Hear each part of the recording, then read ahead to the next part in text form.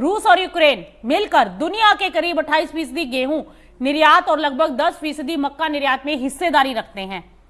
यानी दोनों global grain market के लिए ब्लैक सी क्षेत्र कोई सामान्य सप्लाई सेंटर नहीं है, बल्कि दुनिया की खाद्य सप्लाई का एक बड़ा हिस्सा है। और अब इसी इलाके में एक्सपोर्ट इंफ्रास्ट्रक्चर और सिविलियन जहाजों पर बढ़ते हमलों ने बाजार की चिंता को बढ़ाया।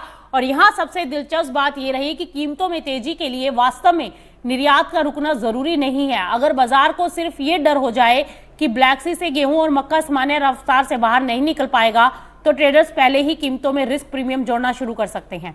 यानी माल तो है, लेकिन रास्ते पर रिस्क ज्यादा है। और कमोडिटी बाजार में कई बार यही रिस्क कीमतों को ऊपर ले जाने के लिए काफी होता है। अब सवाल है कि अगर ब्लैक सी से सप्लाई ऐसे ही रही तो दुनिया का बाजार किस तरफ देखेगा। यहां सबसे बड़ा फायदा अर्जेंटीना को मिलता दिखाई दे सकता है। आपको बता दें कि अर्जेंटीना के पास इस समय रिकॉर्ड मक्का उत्पादन के कारण पर्याप्त सप्लाई मौजूद है और नई गेहूं फसल को लेकर भी उसकी संभावनाएं काफी अच्छी निकल कर आ रही हैं। ऊपर से सरकार की ओर से कृषि निर्यात टैक्स में कटौती ने अर्जेंटीना के अनाज को अंतर्राष्ट्रीय बाजार में और कॉम्पिटिटिव कर दिया।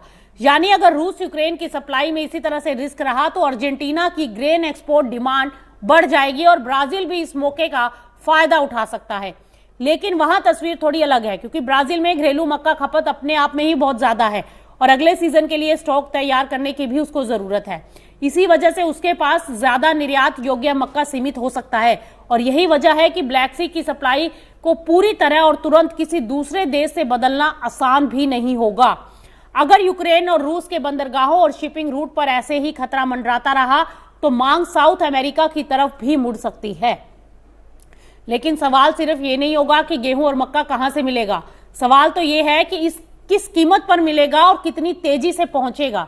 यानी ब्लैक सी में बढ़ता तनाव अब सिर्फ रूस और यूक्रेन की खबर नहीं है, इसका असर गेहूं, मक्का, फ्रेट कॉस्ट और दुनिया भर के फूड मार्केट तक पहुंच सकता है। और अगर सप्लाई रूट पर जोखिम लंबे समय तक बना रहा तो ग्लोबल ग्रेन मार्केट में रिस्क प्रीमियम भी लंबे समय तक ऊपर जा सकता है।